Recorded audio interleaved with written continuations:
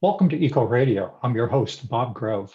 This is National Bike Month. So tonight we're going to talk about active transportation, sometimes called active mobility or active travel. It's basically any form of transportation that moves people or goods around without using a motor. The best known examples are walking and biking. Other types of active transportation are running, hiking, skateboarding, roller skating, kick scooters, basically anything that moves you someplace using physical activity instead of a motor. And look at the benefits. There's the obvious health benefits. We all know that walking and biking strengthens our heart and our cardiovascular systems, but it also benefits the planet. Active transportation has the smallest carbon footprint of any form of transport, and there's economic benefits. Walking or biking is much cheaper than operating a car or taking a taxi or a bus, and cities can build and maintain bike and pedestrian lanes for a fraction of the cost of car lanes. So active transportation is a huge win, a win for our health, a win for the environment, and a win for the economy. We're joined tonight by Natalie Phillips, the outreach coordinator for RideShareKC. Hi, Natalie. Hey, Bob. Alex Rotenberry with the Mid-America Regional Council's Active Transportation Programming Committee. He's basically Mark's active transportation planner. Hi, Alex. Hi, Bob. Glad to be here. Thank you. Liz Harris, the Marketing and Events Coordinator for BikeWalkKC. Hi, Liz. Hi, thanks for having me. And Sara Copeland, the Community Development Director for North Kansas City. Hi, Sara. Hi, Bob. Nice to be here. So, Alex, let's start with you. You're Mark's active transportation planner. Tell us why Mark has an active transportation programming committee. Why is that important? So Mark is a organization that serves 8 counties here in the Kansas City region. We have 4 counties on the Missouri side and 4 on the Kansas side. And we as a organization focus on transportation kind of as a whole. So we're looking a lot more at modes of transportation beyond the automobile itself. So while we do a lot of work in that area, we also focus on public transportation. We also focus on active transportation, and we focus on safety in its relationship to transportation for a few examples of some of the work we do. And so that's something that we find is a priority for a number of reasons, many of which you used in your introduction today. In addition to public health, thinking about environmental reasons for that, emission reduction, for example, but also thinking about other kinds of environmental needs as well. So as you mentioned, I'm a complete and green streets planner. So we also look at things that can be done in our infrastructure that also deal with things like stormwater, things having to do with heat island. And so like something as simple as street trees, for example. So we think beyond just the road itself, we're thinking about the system and how it interacts, within cities and counties within our region and how they interconnect with one another as well.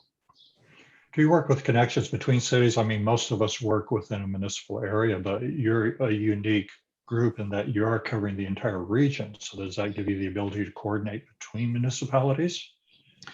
That's something that we do quite often, yes. And it's a really, I think, a really interesting balancing act between, so we have Miami County, for example, in Kansas, which is primarily a rural county, as opposed to Wyandotte County with unified government, KCK, and the county. And so kind of it varies between those two extremes. And of course, on the Missouri side with Kansas City, Missouri, Independence, Lee Summit, but also Raymore and Raytown and Smithville, places of all sizes. And so that's something that we work a lot with. We often produce plans.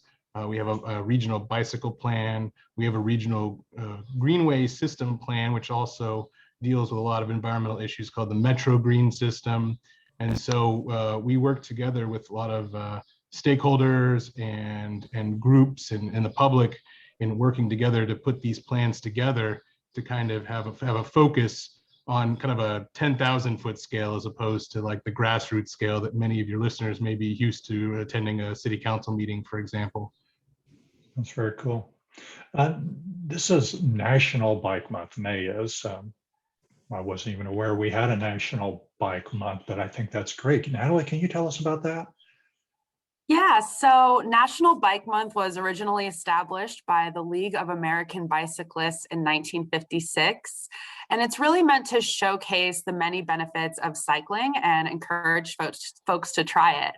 We've actually been adopting some local proclamations that Alex has been engaged in, including at the level of the state of Missouri, as well as with various municipalities around the region. And Natalie, you're also with Mark. You work with the RideShareKC. Can you tell us a little bit about that program?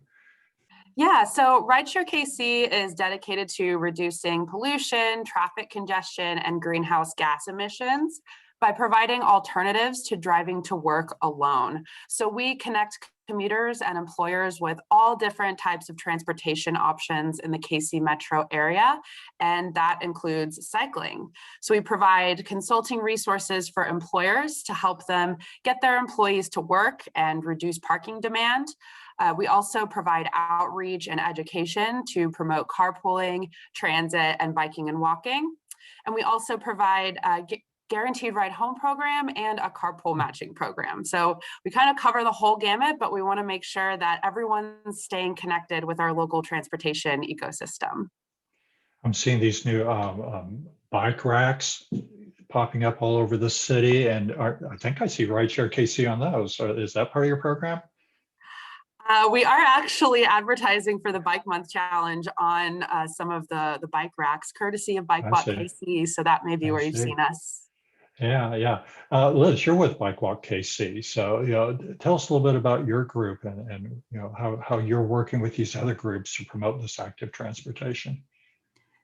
BikeWalkKC is an organization. We offer advocacy and education, community planning, and engagement around active transportation. Our mission is to redefine our streets to create places for people.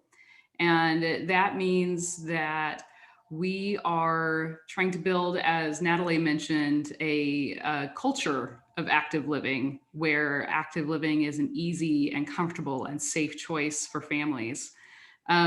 So Natalie, you were talking about the bike hubs, and Bob, you mentioned the RideKC bike racks that you're seeing pop up around town. So that's actually a partnership with various municipalities in the area, as well as the RideKC transit. So that would be like the KCATA, the Area Transit Authority. We work with them and with area municipalities and some other partners to bring rentable bikes for people who may need an easy pickup and drop off option for a bicycle. That's very cool. Very cool. Sara, you're kind of unique within this group because you represent the municipalities we're partnering with. Tell us a little bit about your programs. Well, in North Kansas City, we've been focusing on bicycling and active transportation as a critical part of our transportation network. When you think about where you live, how you get around is a major part of the character of your community. Whether you live on, a beautiful leafy green neighborhood street, or you live in a more active downtown, eventually you leave home, right? And you go someplace, and that journey is part of your everyday life. So it's really important to us in North Kansas City that people are able to get around with a variety of modes. A lot of people drive, but we also really want people to walk and ride their bike, or ride a scooter or hop on the bus. So an important part of that is making sure that no matter what you choose, all of those choices are available to you, no matter how old you are or your ability to walk or get around. We want you to have choices. And when we talk about bicycling or active transportation, we're talking about a lot more than just getting on a bike. I was one of those people who, bought a bike last year during the pandemic. I hadn't had a bike since I was a kid. So we want people to have those choices. Because when we talk about bicycling, it's not just the bike. It's about, having a safe street to ride on. It's about having great destinations to go to. It's about having fun things to do. It's about safety. And, when you have a street that's safe for bicyclists, that street's also going to be safe for people in a car. It's going to be safe for people who are walking. So just all of the decisions that go into that are just part of making a great community. And that's what we've been focused on for the last few years, making, individual streets better, and then thinking about our bicycle master plan, how we make the entire community better for people, no matter how they're getting around. Very cool. I'm Bob Grove, and we're talking about active transportation. When we return, we're going to talk more about the role of government in active transportation.